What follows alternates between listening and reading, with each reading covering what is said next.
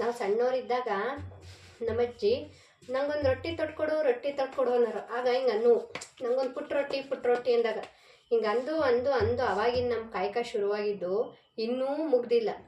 Mutton ಮಾಡಲಿ ರೊಟ್ಟಿ ಬೇಕು, ಚಿಕನ್ ಮಾಡಲಿ ರೊಟ್ಟಿ ಬೇಕು, ಗೆಂಡೆ ಪಲ್ಯ ರೊಟ್ಟಿ ಬೇಕು, ಸೊರೆಕಾಯಿ ಪಲ್ಯ ರೊಟ್ಟಿ ಬೇಕು, ಕಾಯಿ ಚಟ್ನಿ ರೊಟ್ಟಿ ಬೇಕು, ಖಾರ ಚಟ್ನಿ ರೊಟ್ಟಿ ಬೇಕು.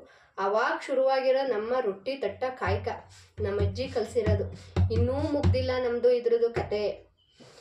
ಊರಿಗೆ ಹೋಗಲಿ, ಏನಾದ್ರು ಪಕ್ಷ ಮಾಡಲಿ, ತಂಗ್ಳು ಸಾರು ಮಟನ್ ಸಾರು ಬಾಡೆಸರು ಉಳಿತು ಅಂದರೆ ಏನು ಬೇಕು? ರೊಟ್ಟಿ ಬೇಕು. ಅದು ಎಷ್ಟು? ಒಂದಲ್ಲ ಎರಡಲ್ಲ, 10 ಅಲ್ಲ 20 ಅಲ್ಲ.